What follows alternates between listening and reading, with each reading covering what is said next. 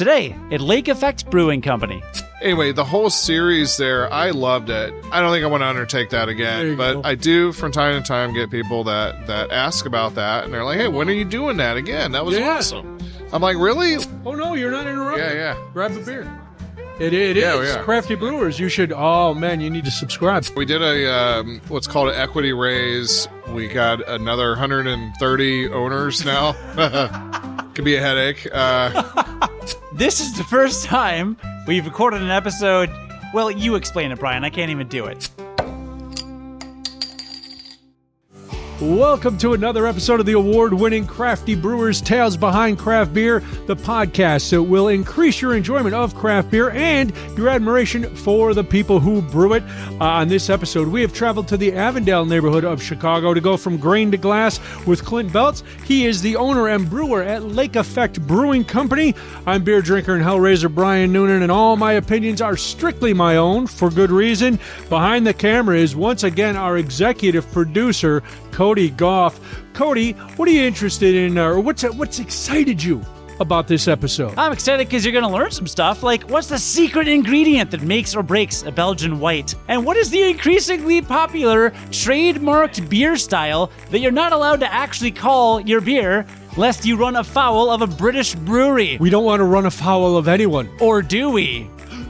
And also, this is the first time we've recorded an episode.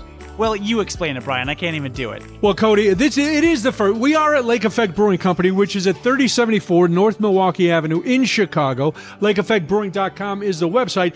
And Clint, as I said, is the owner and the brewer. And tonight, he's also the bartender. Yes, so my shift. The bar is open. We're recording on a Monday. There's a lot of folks here watching Monday Night Football, enjoying some free wings and some great beer. So at any point, the customers are going to come up and they might need another beer, and Clint's going to do business because he's a businessman. Yeah. So he's going to handle his business. But this is Clint. We're happy to have you. Thanks for being on tonight. Yeah, it's good being here. This is exciting.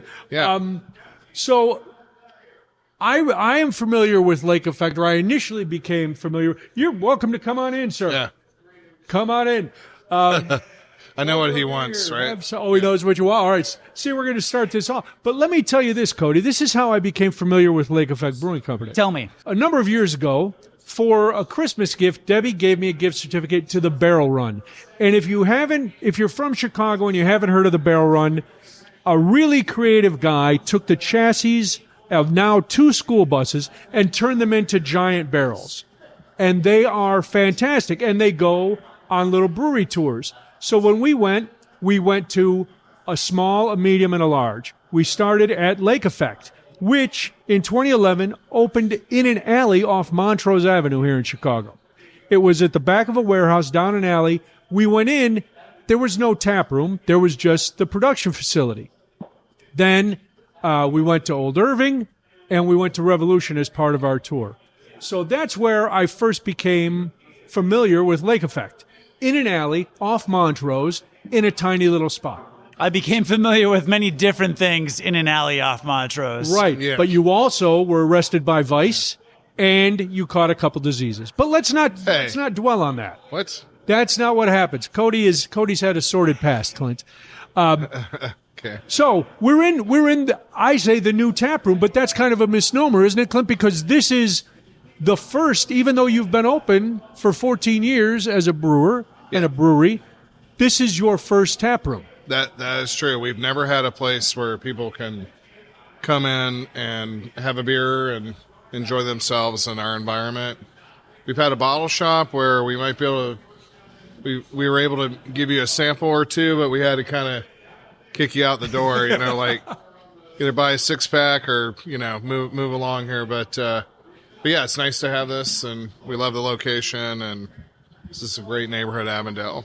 Well, to say that your journey to get to this space has taken a number of turns is kind of an understatement.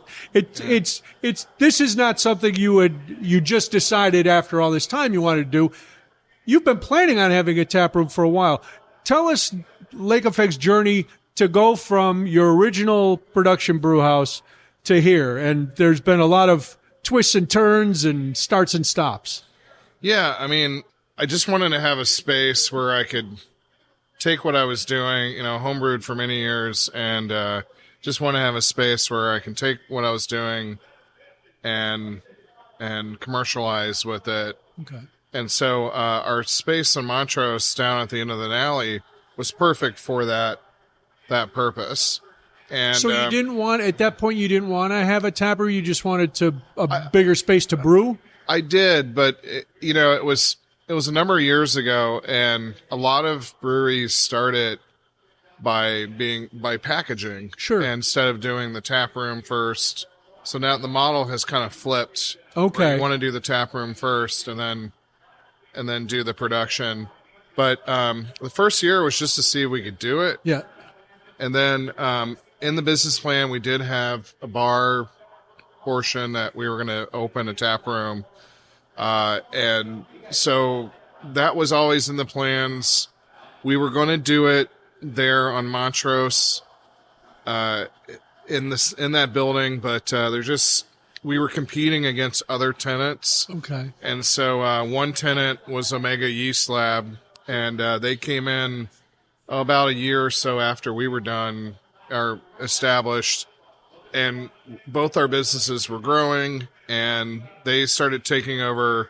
It was just a small space, and then they kept moving back towards us. We were trying to move forward up there toward them. And, so we started realizing, hey, we probably need our own building. And I went to the alderman's office in the 45th ward there, and just on a whim, hey, what's available? I looked at a few buildings in Jefferson Park, right around the transit center, and then I learned at that time that the firehouse right there, which is still empty now, was available, and we decided to take a look at that. The alderman did say that there had to be a public meeting and a rezoning and a bunch of other things, and so I was thinking, that might take a couple of years. Sure. And it took us about a year plus to just get that first public meeting. Jeez. And then another year and a half to start getting the entitlements to be able to do the project. Okay. And then the alderman lost the election. We had a new alderman, so we had to get to know him. And but ultimately he supported everything. But, a couple of years turned into about 5 years, and I just kind of lost interest at that point. Yeah, that makes sense.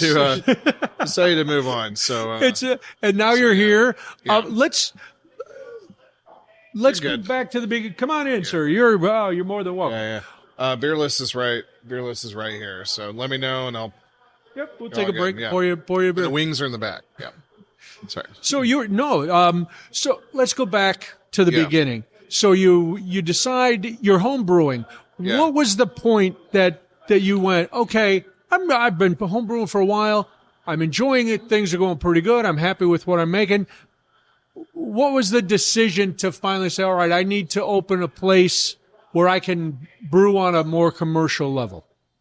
It kind of developed gradually, and brewed a lot of different recipes. I really I've always wanted to have my own business. Okay. And I was an architect at the time, and I wasn't sure whether I wanted to do my own practice or not. And then the 2008-2009 financial crisis happened. Yeah. And so everybody at my firm, not everybody, but about half the people got laid off very quickly. Okay. And it just sort of stuck with me, like, I really want to have my own business. I want to work with my hands. I want to do something that might be a little bit recession proof. Okay. And I was home brewing, and I really enjoyed it. I said, you know what? Let's give this a try. Okay. Let me read some books. Let me go visit some breweries and figure out, how I could do it and how I can make a business model out of it. And so it was something that just was born out of that. I hear that during that time, a lot of people started businesses. That's economic downturns gets people thinking and wanting to do something for yourself. Yeah, they want to redefine themselves. So that was just kind of what I did. Let me get this guy up here. What can we get you, sir? Yep. That's a good pick. The good, better, best, Cody, is we're going to talk about this later because it is a strong English bitter pub ale. Now, I know we've touched on this before, but that's just bad branding by the British because it might be strong, but it's not bitter for sure. Yep. It is very malty, very delicious, and I had a good, better, best earlier because I always come in early to sample some of the wares of our guests. I've never had a good, better, best. I'm a little more worldly. I only get the tall grande ventis. Oh, is that right? Yeah. You like an Italian Pilsner. I like the Italian Pilsner, right? Okay. Yeah. All right. Yeah. Or the like it, love it, gotta have it, which is, the pastry stout version. That you have tattooed on your chest. Well, and only your wife gets to see that piece. The Cold Stone Creamery management really requires a lot of their employees. And right? Putting the sizes of the ice cream on a tattoo on your chest, that used to be the norm back in the day. Gen Z doesn't understand. Did you get it did they cold tattoo you there? Yeah. Or did you get the regular needle tattoo? Yeah, it was a cold. Yeah. Hey, Clint's back. All right, sorry about that. No, don't apologize. Yeah. You're doing business. All right. You got a business to run. Okay, so you were talking about the time when you decided to do it. What were the recipes that you were brewing at home that you were like, I bet these are beers that people would drink commercially? Yep. See Max. Max is leaving. He's supposedly a local celebrity. So if you're watching this episode and you can identify Max, we don't have prizes, but you can always leave a comment on the YouTube channel. Right, Cody? Please do. There you go. So what were you brewing at home that made you... The Lake Effect Snow, the Belgian White, was one that I was brewing continuously. Okay. And also brewed a really nice pale ale. So it's very simple, single malt, single hop pale ale. Is that what turned into Avondale? Is it similar? For the most part, yeah. I would sometimes do Citra, and then Mosaic was the hop that I gravitated towards. I mean, we've used a lot of different hops in this beer over time. We had an IPA as well where we use a Falconer's Flight. It's like a blend of all the C hops. So we did that for a while. I like those hops as well, but the simplicity and just the flavor that you can get from the Mosaic, it's just so nice. The citrus nature has like a little bit of berry. It's just an overall really, really nice hop to Very use. nice. Let's go back to the Lake Effect Snow, which is your Belgian white. People may have heard of Allagash. That's the only white that I've heard of. What exactly is a Belgian white ale? Belgian white is it's a wheat beer, and you're using really lightly, like almost no roasted malt. So it does have a really nice, almost white, like very pale yellow color to it. So that's why they call it a white ale. We use Pilsner malt and then a lot of flaked malt or a lot of flaked wheat, flaked oats to give it a really nice mouthfeel. So in a way, it's sort of like the original hazy. Yeah. So I was going to say, because it does have a hazy look to it. Has a lot of protein. So like a hazy IPA is essentially a Belgian white with different yeast and a ton of hops. And we use we use a secret spice in the recipe. What is it? Only I know about. Oh, it's a secret I won't spice. tell you, yeah. I did read a book with the founders of Allagash, and they said the secret to a good Belgian white is a secret spice. Okay. So I took that to heart.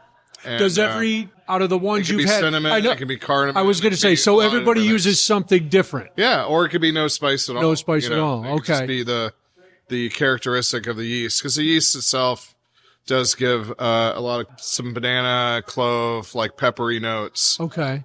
So it definitely has a lot of characteristics of a kind of like a cross between a Hefeweizen and I would say a Saison. It does finish fairly dry. Allagash White's one of my favorite beers, but I also liked a lot of the Belgian styles, the Belgian OGs like the Celis and the Whitaker, Hogarten. Blanche de Chambly was another one I really liked. That's a Quebec beer. Okay. But really like that beer too. So I just really like the style. It's very crushable. It has a lot of nuance to it. It can be a summer beer. It can be a winter beer. We call our beer snow because we're lake effect. Because we get more snow here than. It's also white ale. Yep. So there's a lot of meanings there. Do people think it's a winter beer? Yes. But like if I didn't tell you what it was and you're drinking during the summer, you would probably order a bunch of them and we would put an orange peel in there. So, what's the difference? Because a lot of people hear wheat beer and they think of summer and they think of the orange in there or whatever. Yeah. What sets a regular Hefeweizen apart from a Belgian white? The Hefeweizen has a different yeast strain that is a Bavarian. I think it's of Bavarian origin. And it's definitely really strong on the banana and really strong on the clove. And I think the Belgian yeast that we use is a little bit lighter on those notes. Even though some people will drink it like, oh my God, I get all this stuff, You think they're faking? But compared to Hefeweizen, it's definitely, I think it's much more on the milder, and it finishes very dry, and we get a lot of peppery notes from it, and we call this phenolics, and it's part of the fermentation process. Okay. We start fermenting it at a lowish temperature, and then we just let it free rise, and then all those esters and the banana esters that you get from that come through, that's all part of the whole profile of it, starting low and going high. And that all comes from the yeast and the fermentation process. Yeah, a lot of people think we've done additives and all these things to it. We've thrown bananas in it or whatever. But no, I mean, the yeast, that's the fun thing. When I give a lot of tours and I talk about like the beers in the sense of what ingredient is sort of dominating the beer. Yeah. So like this is a Belgian white. It's definitely a very yeast forward beer where the yeast is what's giving it a lot of the nuanced flavor. Whereas an IPA, the yeast takes a back to the hops, and we let the hops sing. Okay. And if it's this pub ale that we have here, this English bitter, that is more of a malty expression, and use just enough hops to kind of counterbalance that to keep it nice and crushable. Well, when you opened originally, you were a big fan of German beers, and you probably still are. But what I read in a story about you was that the original stuff that you ordered was delayed. Yeah. So you found these tanks, I think it was in Michigan, from a brewery up there that were not insulated.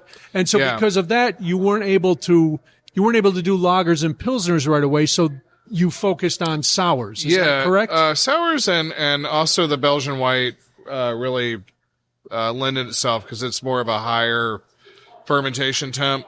So we got these tanks. They were on wheels. Okay.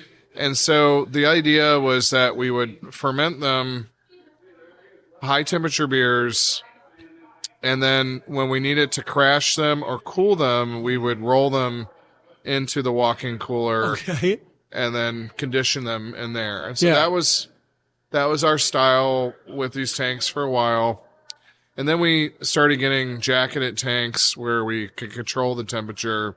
And so those tanks that we were rolling around, we slowly phased them out. But for a while, those were beers that we started doing sours and or tanks that were doing sours and so that was a good, good way to utilize those tanks in a way that made a lot of sense. Now, there was a term as I was reading more about you and reading about the sours that I hadn't heard before. And you had said when you were using those tanks that you had one tank that was dedicated to brewing beer using Brettanomyces. Brettanomyces, yeah. Mm-hmm. What is that? Brettanomyces is what we would call wild yeast. Okay. And so it's just in the air. You breathe it in. If you put a glass of juice out on your windowsill, it's going to start fermenting. Okay. And that yeast There's probably some other things in there as well, some bacterias. But it'll start fermenting and give kind of a very interesting set of flavors, depending on what it is. But Brettanomyces, a lot of people describe it as sort of funky or like horse blanket. Oh, okay, yes, I've heard both those terms. Yeah, before. Okay. I don't know. Yeah, I don't know what a horse blanket. I've never tasted a horse blanket. Don't hang out around barns, but barnyard is another one. Okay. But yeah, I get a lot of ripe fruit from it. Sometimes a little tartness. Definitely a very spritzy effervescence from it. There's a danger though, right? I mean, it can get into other stuff if you're not careful, right? Yeah, that's why those tanks were perfect, because they just became the sour tanks. Once a beer is a wild and sour, once a tank is a wild and sour tank, it stays that way. That's it. Generally. Yeah, it's a best practice. It doesn't mean that you can't kill those yeasts. I mean, you can with heat and, a good regimen of tank cleaning, you can kill them. Okay. But there is definitely a risk. Yeah. And so, especially in the hosing and any kind of bottling or canning equipment, definitely kind of soft surfaces, things like that. So, help some customers. Yeah. Oh, no, you're not interrupting. Yeah. Grab a beer. It is. Yeah. Crafty Brewers. You should, you need to subscribe. It's fantastic. Now's a great time to take a break. This is a great time to take a break. We're going to take our break. When we come back, it's going to be Brewer's Choice.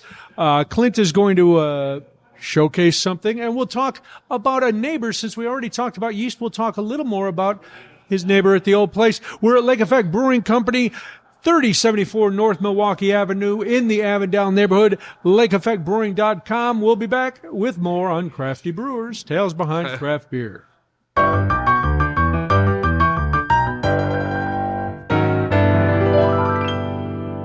And welcome back to Crafty Brewers, Tales Behind Craft Beer. This week we are in Avondale. It's a neighborhood on the north side of Chicago, and we are at Lake Effect Brewing Company, 3074 North Milwaukee Avenue, lakeeffectbrewing.com, and we are in their brand new location. This opened in June of 2025. Clint Belts is my guest. I should tell you that because he is the owner, he's the brewer, he's the man behind Lake Effect. Thanks for being here. Let's talk, before we get into Brewer's Choice, let's talk a little bit about this new space. Sure, We touched on the fact that you, at the original location, it was a small production brewery where you had thought about just packaging. And you've always wanted to get to a place where you could serve people your beer face to face, which you're doing tonight throughout the episode. Yes. Tell us about how you found this place and what went into creating. You've got a beautiful outdoor space. You've got people in here sitting. You're finally getting to see your customers face to face across Living the bar. the dream, yes. Yeah. Yes. We were at our old space for 10 years. Okay. And we had gone through 2 5-year terms. Okay. They knew that we were going to possibly move to this firehouse, and it lasted for a very long, this went on for a very long time. And their business was growing as well. The costume shop, I don't know much about the costume business, but they started doing very well, hiring a lot of people, and they needed the space that we were in, and we needed to get out. So that was sort of a push for us to get out of this firehouse stuff, this lengthy delay with that. And so it freed us to look around the city and find some additional locations. And so we found this old auto shop here, and it was a C zone, so we could do what we wanted to do, and there was no liquor moratorias. Okay. So anyway, this area, we got everything out of here. And my wife and I are both trained as architects. My wife's an actual licensed architect, so she did all the drawings for it. Cool. I did the planning work on it since I have an urban planning, and I did the research on the zoning and everything, and did all the liquor paperwork and all that. And then we got the construction going. We had a little bit of help, or a lot of help actually, from a city grant. So we're really excited. So we definitely transformed the space, it's a little bit smaller than what we wanted, but we're able to brew in here. We got 6 tanks in here, so we can brew 6 different beers. What was your capacity before? About the same, or? We had a bottle shop, so our bottle shop at the old place was just like, I don't know, 20 square feet or something. Here we can do 90, almost 100 people. Oh, nice! But I meant with your brew house at the old place. Yeah, we just moved everything over. So it's same stuff. We got rid of some tanks, and we kept the tanks that we like. All our tanks are 7-barrel. We do have space to go higher here if we want. We do have some space next door that we could use as well. So we could expand if we like, but really our focus is just to be a neighborhood spot. Yeah. We sent beer all out. It's a lot of work for like not a lot of return. Okay. So it is nice to package, and if you can deliver close to your location, and we do that, like our kegs are in a lot of the local bars here. And I'll walk the keg over. I'll just put it on my and there you go. hand truck, and I'll walk it over there. Zero full human energy, 0 emission delivery. Yeah, and it just feels good. It's like, okay, you know what? I made money off of that because I didn't have to drive my car around, and if I need to go in and check in on the account, I can just walk down there and have a beer anyway at a place I like. It's a very cool kind of throwback retro vibe where it's, neighborhood businesses all used to just deliver to each other and do that kind of thing. And that's kind of what local breweries are. They're the old corner tavern. Yeah. So why not, why not do things that way? Because you do a lot of community stuff, and people...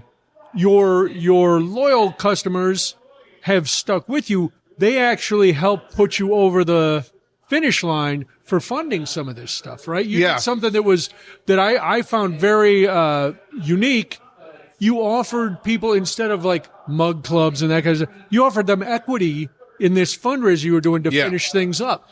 Yeah, so we did a what's called an equity raise, and we basically sold small shares in the company, and so we have we got another 130 owners now. Could be a headache, but when everybody comes they in got and it. says, So on this joint.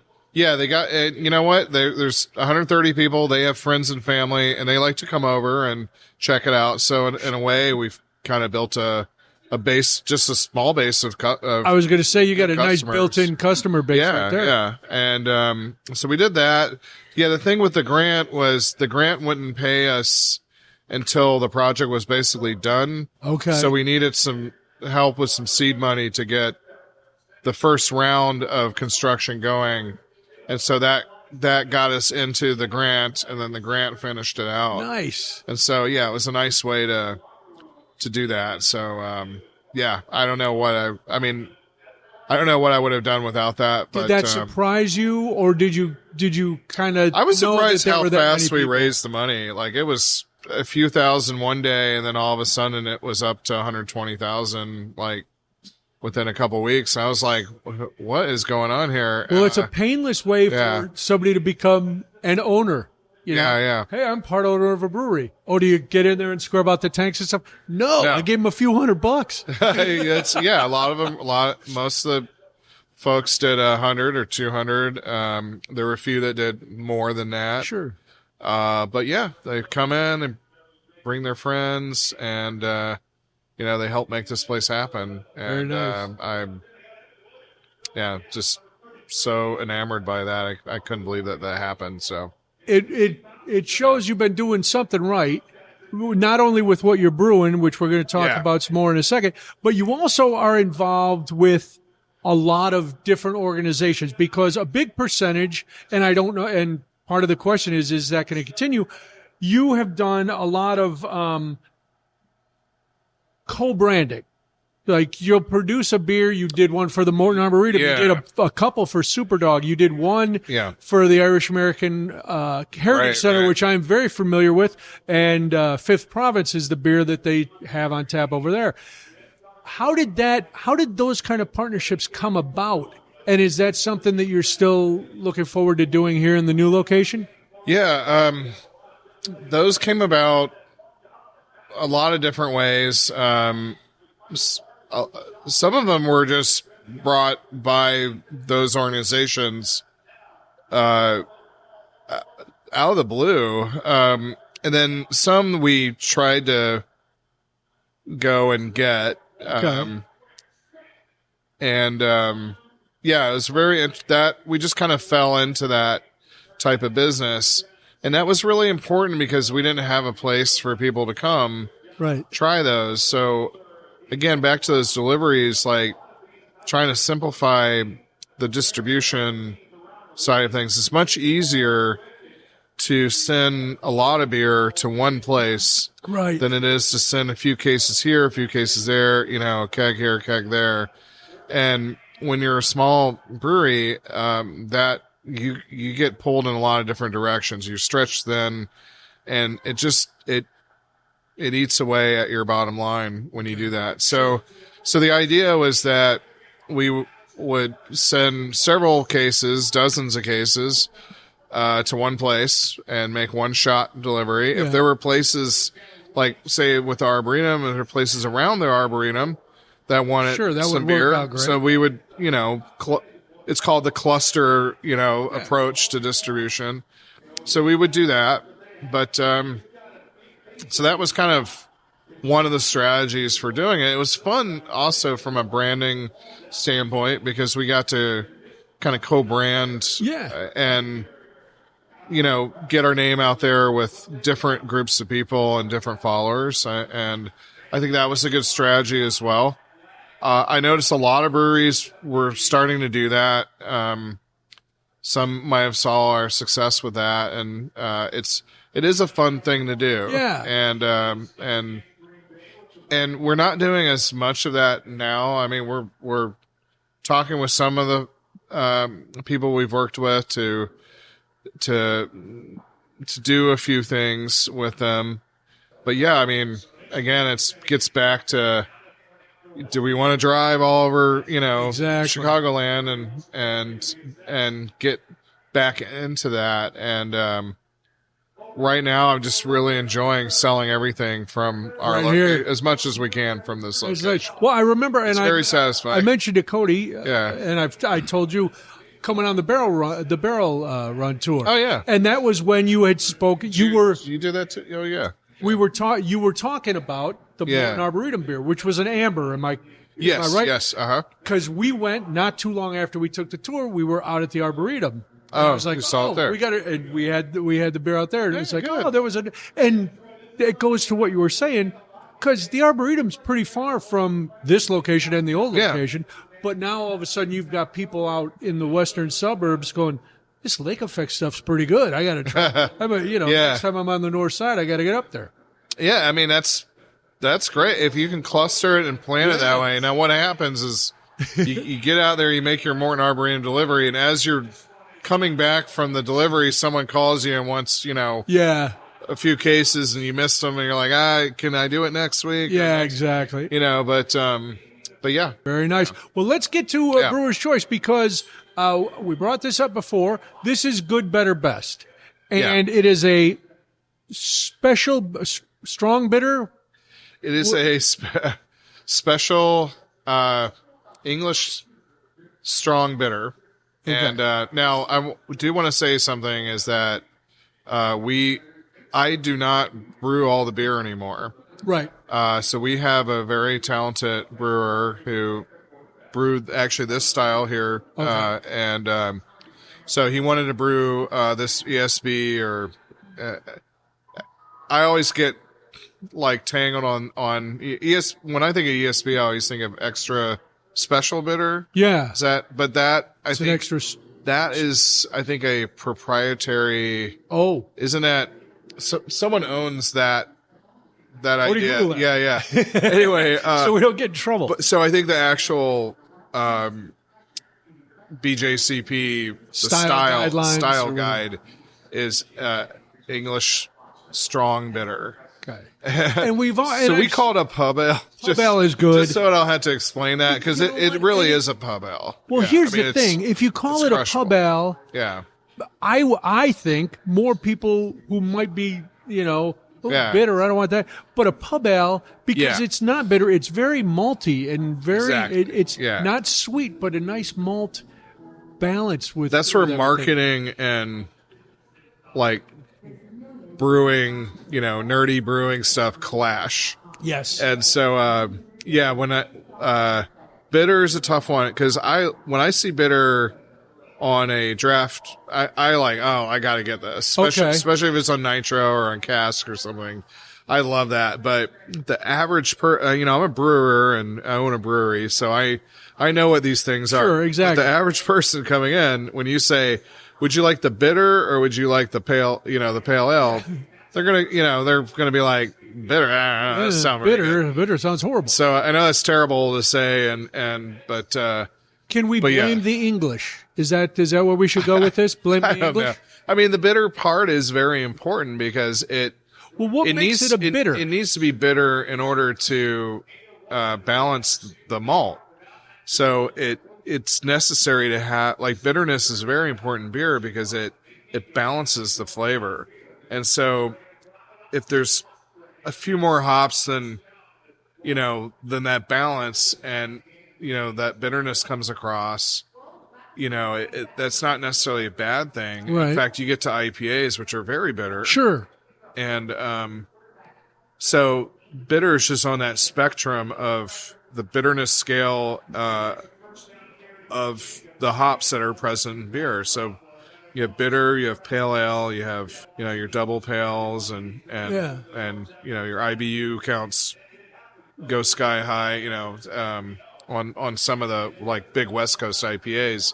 So, but bitter is really not bitter at all. No, and that's the thing, because it's like an English big knock on some IPAs. They're too bitter. So bitter, just the word has negative connotations which don't fit this beer at all. I mean, I could have an IPA that's really bitter, and you know it, and you know what that taste is, but. We've taken, and the other thing is when you have an IPA, like an English style IPA, that does not taste bitter at all to me. But the Americans, like with pizza and other things, they've kind of taken over. They've definitely taken over the IPA and made it their own, and have given it a whole nother. And then when you go overseas, like you some of the breweries there are now like using these American hops, right? And they like that flavor as well. But this is I would say this is a very traditional beer. It has beautiful malt profile, notes of toffee, and just a nice sweetness. But again, counterbalanced by those just enough bittering hops to make it really the hop notes are really subtle, and the malt is not overly sweet. It's just a really easy drinking beer. And a lot of people around, I'm just looking around, but a lot of people are drinking this particular beer. Yes. It has gotten cold outside. We don't have anything really dark on. This is kind of the darkest thing, but this one works really well on, in this weather, but I think it works well all the time. I drink ambers or dark beers all the time. Yeah. Cody, it's crushable. I would drink a million of these.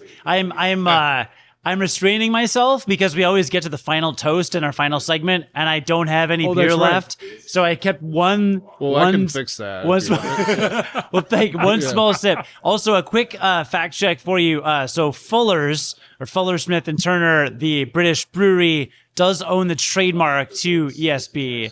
Okay. So, I mean, like you said, anyone can brew it. It's brewed around the world. It's become the trademark beer of many breweries. Fullers. But and what do they say ESB stands? Extra special bitter. Okay. Extra special bitter. Yeah. Yeah. So So I knew there was something there, but so English strong bitter is the proper style that we do. So, I'm going to call it a pub ale, and I'm going to forget the word bitter ever existed. Unless I get an IPA that's so thick with hops, I can't guzzle it down. Wait, I said extra special bitter, right? Yeah. Yes, okay. you did. Just wanted to make sure I read that right. Yeah. My short-term memory is That's all gone. right. Well, I'm having memory issues too because since I'm not brewing day to day, all of a sudden my mind is just turned off on. I just drink the beer and it's like I love that. I have to sell the beer too, but the actual a lot of the techniques and everything behind the different beers that our brewer Dan is doing is like it's a little foggy now, but just because I went through a build out and all this, it's like I'm thinking about all these other things, but it's so nice. Like I do help brew. We brew once a week, and I'll take the night shift on brewing, and that is just absolute therapy to me. I love because I'll mash in. I love the smell, and like that gets me back to the roots. But Dan is like crafting all these amazing beers. So that's an interesting point that you bring up. That people who aren't in the business would not go. They go, oh, well, Clint's a brewer. He owns a brewery. He must be brewing all the time. There comes a point, and we've talked to a number of people in your position who started out when they opened. They were doing all the brewing and stuff, and then it becomes a business. And then you're thinking about, like you said, event planning and the business. Yes. And you've got to have somebody else helping you brew.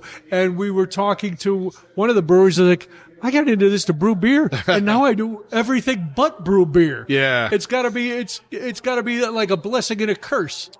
I do love brewing the beer, but I am getting a little bit older now, so like those bags of grain are a little heavier now. Okay. And but I do grain outs, and so on my shift I do everything up to the grain out, and then I'm done with my 6 hours of that shift. And then it's I still love doing it. Well, yeah, I mean, one day I'll be too old to do the grain out, but right now it's sort of like, it feels good to do, I guess. But even though it's a messy job, but yeah, I mean, you're right. I mean, I do enjoy that part. Lately I've been calling myself just a burnt out event planner because that's pretty much all the stuff you see on social media, all the calendars, all the typos and, all that stuff. That's, I've been doing all that. And, but that's a necessary evil, That's a right? whole bunch of work. Yeah. Oh my gosh. Yeah. But you got to have things. You got to do it. Especially if you are building a community like you said you are, and you want to revitalize a corner, and you want people to come in. They want to come in and drink your beer, but they want a little something to do too. Yeah. All right. So, Yep. You're here. You opened this beautiful new place in June. Things are going well. You've already said you like the fact that you're here serving your beer to the people. Yes, it's a lot of fun. After all the work, is it time to now just relax a little bit and enjoy this, or are you already planning Lake Effect's next chapter? I'm enjoying just doing this, to be honest. Like, we're not one of those breweries that need to take over the whole world, and I got to build an off-site production facility, and we got to have 4 locations or whatever. None of that, but there are things I would like to do to help to keep improving the experience. Sure. I like for us to get into food and possibly having a kitchen, next door. We have control over the building next door. So I see that, but also, if we need to add a few more tanks, we can do that, figure that out. But I'm just, I want to do some new things to the patio. I like to get a pergola out there, just like always making the space look a little bit different every time and interesting and, different plants, more stuff on the walls, different lighting schemes, like just make it little tweaks here and there. Just make it a cool place that people can enjoy and just really focus on those details.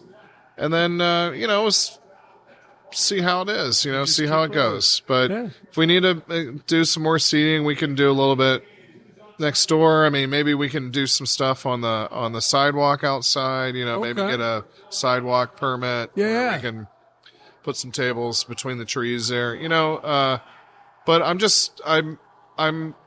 don't want to say I'm fully content with everything, but it took us so long to get to this point that I'm just enjoying the just moment. relax, right? Really you just enjoying gotta go, it. okay, yeah, there's things down the road, but right now, pretty good. Yeah, I feel very. I'm still in disbelief. Well, it turned out great. Congratulations. Thank you. Now, the final four. The same questions we ask every brewer. All of our guests get to answer these. So the first one is the Hill You'll Die On, a beer style that maybe a lot of people are clamoring for it. Maybe it's popular, but for whatever reason, Lake Effect isn't going to make one of those.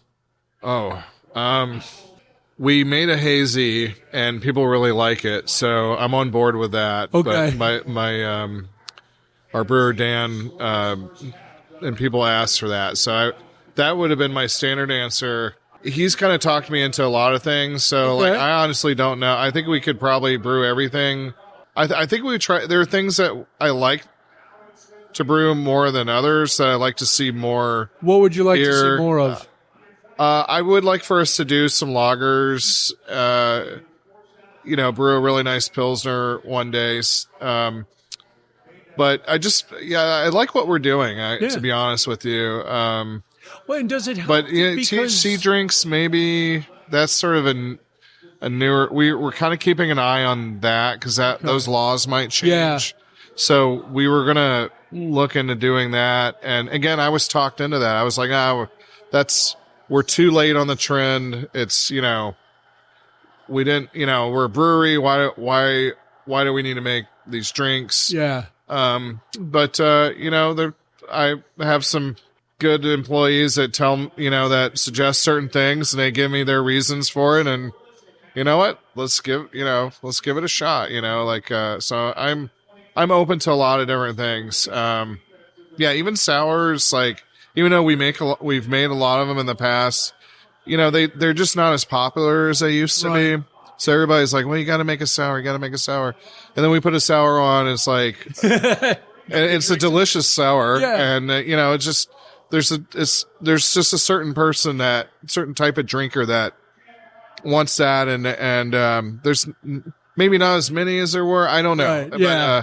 But anyway, but I'm open to pretty much everything. Right. Yeah. Well, question number 2 then, kind of along this same line, a beer that you guys have brewed here at Lake Effect might have been great. People might have loved it. Yeah. You might have loved it. Or maybe it missed the mark a little bit, but for whatever reason, it was one and done. You're not bringing it back. I never say never on that. There was one series I loved. It was the Great Lakes series. We did a beer for each of the Great Lakes. Okay. It was such a passion project. I went to New York wine country and got wine barrels from our Lake Ontario beer. I got, Michigan blueberries for the Lake Huron beer. I got Door County cherries for our Cerise to Michigan. Anyway, the whole series there, I loved it. Yeah. But I think it was too dorky and nerdy and nappy that nobody liked it. It wasn't that they didn't like it. It's just like they weren't following it along. And so I'm like, you know what? I don't think I want to undertake that again. But I do from time to time get people that ask about that, and they're like, "Hey, when are you doing that again? That was awesome." I'm like, "Really? Like you're like one of five one person? You're like one of 5 people that say that." So I know I should have straight answers for these. No, but there's not. There's I've liked everything we've done. We're probably not going to do a milkshake pale ale. All right. Or milkshake IPA, like a big lactose creamsicle type beer. Yeah. You remember when those were really popular? Yeah. And you know what? About 95% of the brewers we ask, that's their answer. Yeah. So the slushy. We should have a big milkshake IPA, like Groucho used to have the duck that drops down. Yeah. And when the brewers say milkshake IPA, bells go off and a duck drops down. Yeah, I mean some breweries still do them. Yeah. But they're too sweet. They're just they were cool for a hot minute there. Right. And we did a couple of them, but I probably won't do those again. Do again. So it's a very roundabout answer, but sorry. Okay, we got listen. Yeah. We got another milkshake IPA slam. So that's Yeah. your go-to off-the-clock beer. It can be one of your beers. It can be somebody else's beer. But when you go home and you decide to crack open a beer and relax, what is it? I switch it around. I'm a big Pilsner person, so I love my Czech Pilsners. Okay. And so Pilsner Urquell is one of my favorites. And but I also like Czech Var, which is another one I really like. Budvar. It's actually not even a Pilsner, it's just a pale lager. But I like those. But I also love my English style beers. I love my Scottish Belhaven. So I like to drink out of a glass like this. This is my preferred type of drinking glass. Okay. So a nice big pub ale. If I'm at a bar and I see something that's on nitro or something in a cask, anything in a barrel, if there's a barrel behind the bar, I'm going to order it. Okay. And that's just how I go. But Nothing wrong with say that. Pilsners, pub style ales. Those are kind of my go-to. All right. And question number 4, your favorite food and beer pairing. I gotta say pierogi, and I always butcher the name of this Polish beer, but Żwibiec and pierogi, and I get it like a few doors down at the Polish restaurant right up the Polska. street. Yeah, that was an amazing moment when I had those two together, and it could be any beer. It's just that was the one that I had, and it's kind of strong and I just got it. I was like, okay, this is buttery and beautiful. I'm washing it down with this wonderful, Polish beer. And I just think that is the ultimate combo is pierogi and Pilsner or pierogi and lager. There's nothing better than that. And I must, other than your own beers, I must comment you on your strong Chicago ties by having cans of Old Style available here. That is the first beer I grew up drinking way before I was legal to drink it. Taking it from the basement refrigerator. Old Style was on the table at every family party. So to look behind in the cooler there and see cans of Old Style, I'm like, there's no other city I could be in than Chicago right now. So yeah. Nice. Well, that's something we've had. Some of my advisors, they always say, hey, you got the craft beer on there, but you want to have something cheap. Like you want to have something there. Sometimes I'll crack one of those open. Sometimes I'll do that as just shift beer. And, it's, oddly refreshing and hydrating and all that. So yeah. It's fully Kreuzer in God's country. That's what I heard. Yeah. I don't know. Take another one if you. We'll take another one because we're going to start wrapping up in a minute. You can do the end credits I while can do it the is end credits perfect right timing. now. Yes. Before we do our final toast, Cody, I want to thank you for joining us on another edition of Crafty Brewers Tales Behind Craft Beer. This is very important. Please, please, please support your local brewery.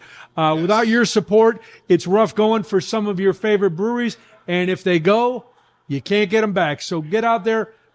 Stop in, have a couple of beers, tip the staff, have a good time, spread the word, take care of your local breweries. Crafty Brewers Tales Behind Craft Beer is produced by award-winning podcast producer Cody Goff.